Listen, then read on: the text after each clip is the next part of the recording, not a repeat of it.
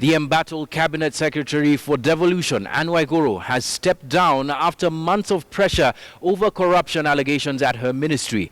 Waiguru said the personal attacks on her and her family over what happened at her ministry have taken a toll on her health, making it necessary to ask to step down. And as KTN's associate editor, Noah Otieno, reports, one of her fiercest critics, Nandi Hills MP Alfred Keter, reacted by saying that his prayers have been answered. On March 26th this year, Kenya's President Uhuru Kenyatta presented his so-called list of shame before Kenya's parliament. The nation was shocked. Within 5 days of the list of shame being presented in parliament, 5 cabinet secretaries had gone home. And today, a 6th devolution cabinet secretary, Anne Waiguru, has joined the list. That is 32% of the cabinet of 19.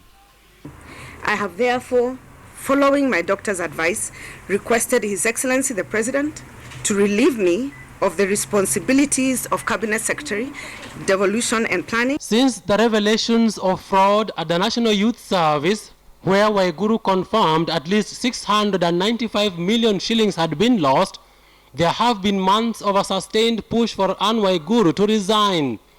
A good part of the pressure came from the opposition, who claimed she was enjoying special protection from the very top. DCI is himself totally compromised in this matter.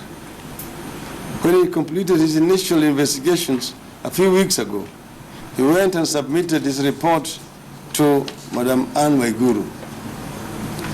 How can the DCI submit his investigation report to the subject, to the suspect? Even where facts point to the culpability of other parties and my absolute non-involvement, the attacks have continued unabated.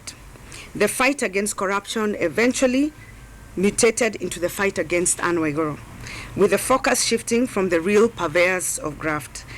The latest scandal that seems to have broken her spirit was the procurement queries at the Devolution Ministry, where it is alleged that almost 8 billion shillings was used in overpriced tender items. So on matters that have to do with procurement or finance, have nothing to do with a cabinet secretary.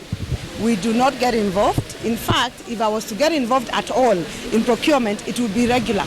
The hours and the days that followed that tough stance were merciless on her. A diabolical machinery has been applied incessantly by misinformed and mischievous parties to intimidate, harass, and discredit both my professional and personal integrity.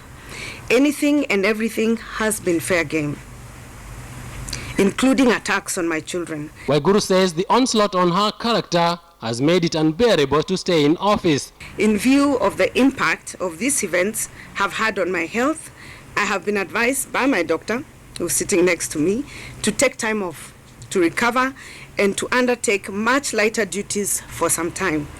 Among the first to react to her resignation was Alfred Keter, the Nandi Hills MP, who has just been gearing up for his third attempt to have Waiguru impeached.